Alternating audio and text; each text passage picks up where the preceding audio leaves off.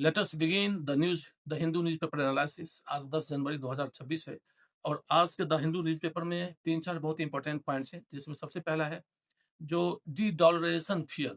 Donald Trump सबसे ज़्यादा किस बात से डर रहे हैं और जो असली वजह है, आज पूरी दुनिया में जो उथल-पुथल मचा हुआ है बिकॉज़ ऑफ प्रेसिडेंट ट्रंप की वजह से, उसके पीछे में डी-डॉलराइजेशन यानी कि ट्रंप को ये डर है कि दुनिया कहीं डॉलर को छोड़ करके एक अल्टरनेटिव करेंसी की तरफ ना बढ़े। इसके बारे में थोड़ा-सा हम डिस्कस करेंगे। इसके अलावा इज़राइल ने सोमालीलैंड को मान्यता दे दी है एक सॉवरेन इंडिपेंडेंट नेशन के तौर पर। और होम मिनिस्टर अमित शाह जी ने एक नेशनल पोर्टल लॉन्च किया है जो कि 1999 से लेकर के अभी तक भारतवर्ष में जितने भी बम ब्लास्ट हुए हैं, टोटल बम ब्लास्ट का लोकेशंस सारे डेटास उसमें होंगे। तो let us begin the dollarization fear. President Donald Trump's urgency to push the Russia sanctions bill through Congress, granting him the power to impose tariffs of up to 500% on nations buying oil from Moscow is officially framed as a punitive measure to weaken Russia's war economy। इसमें सबके लिए खतरा है।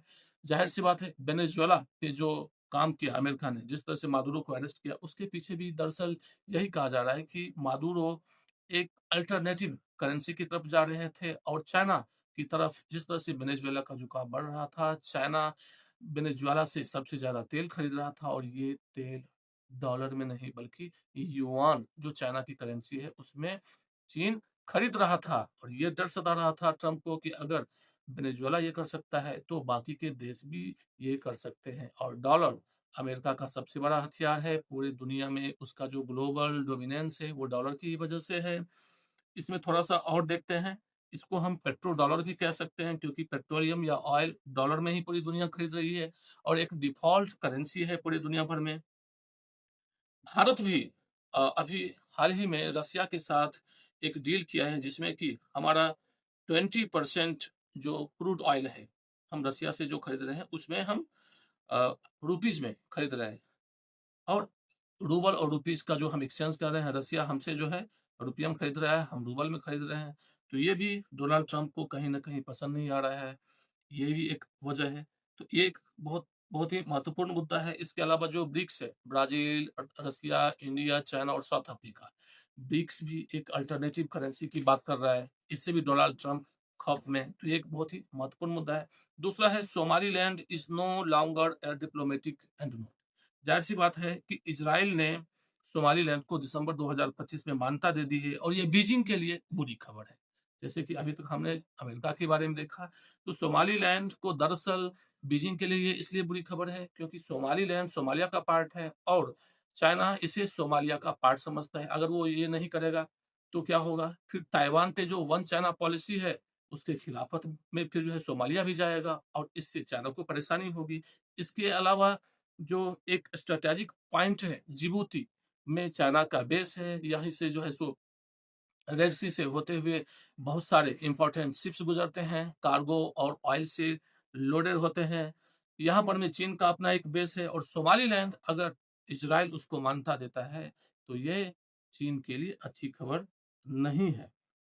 तो Taiwan के मसले पर में चीन यहाँ पर में फँसा हुआ है, लेकिन वो ज़्यादा इसके खिलाफ भी नहीं जा सकता क्योंकि सोमालीलैंड जो है अच्छे से अपना रूल, अगर बाकी के अफ्रीकन कंट्रीज़ को हम देखें तो उनसे अच्छे से अ, वो डील कर रहा है। सोमालीलैंड में ज़्यादा इंटरनल डिस्टर्बेंसेस भी नहीं है, तो ये एक प्रमुख मुद्दा है। अब इसके अलावा हम आज बात करेंगे जो कि हमारे Taliban diplomat to take charge of Afghan embassy. और लगभग 5 साल के बाद जब से अफ़गानिस्तान में तख्तापलट हुई और तालिबान ने वहाँ पे कब्ज़ा किया है, भारत और अफ़गानिस्तान में उस तरह से रिलेशन नहीं रहे, लेकिन पिछले 2-3 साल में भारत ने रिलेशनशिप को इम्प्रूव किया है और इसी सिलसिले में तालिबान डिप्लोमैट आए हैं भारत और वो अफ़गान एम्बेसी में चार्ज लेंगे नेक्स्ट वीक। तो इसके बारे में नेक्स्ट वीक में ज़्यादा बात करेंगे। इसके अलावा यूनियन पब्लिक सर्विस कमीशन जो कि भारतवर्ष में बहुत सारे एग्ज़ाम्स को कंडक्ट करती है, जिसमें से 14 मेजर एग्ज़ामिनेशन है, 3000 वेन्यूज़ और 180 सेंटर्स पे जिसमें 12 लाख कैंडिडेट बैठते हैं। अब उन्होंने यूपीएससी ने एक नया नियम बनाया है कि जितने भी कैंडिडेट्स एग्ज़ाम्स के लिए आएँगे, उन सबको जो है will undergo face authentication at the venue. The new system reduced verification time to an average of just 8 to 10 seconds per candidate, significantly streamlining the entry process while adding an extra security layer. दरअसल ये सब जो है इस वजह से हुआ है कि हम जानते हैं, एक तो नीट एग्जामिनेशन में जिस तरह से जो प्रॉब्लम पूरे भारतवर्ष में जो हुआ था, इसके अलावा IAS प्रोफेशनल पूजा खेरगर का जो केस है, किस तरह से उसने फर्जी certificate disabled person with disability का सर्टिफिकेट दे दिया था, इन सब चीज को देखते हुए for the civil services examination in 2024, the rules were amended and the online submission of educational, caste and physical disability certificates was made mandatory at the stage of preliminary examination, unlike earlier when documents were to be scanned and uploaded once a candidate qualified for the mains examination. पहले prelims का exam qualify करने के बाद सारे चीजों को upload करना पड़ता था, लेकिन अब prelims एग्जाम में बैठने से पहले ही ये सब सारी चीजों को अपलोड करना पड़ेगा यूपीएससी के पोर्टल पे। इसके अलावा अमित शाह जी ने एक बहुत ही महत्वपूर्ण जो है सो आज उन्होंने काम किया है। On Friday he launched the national improvised explosive device data management system, a first of its kind platform that contains details of every bomb blast that has occurred in the country since 1999. Mr. Shah said the NIDMS would prove extremely important in the coming days. The NIDMS headquarters is located at the National Security Guard Garrison in Manesar, Haryana.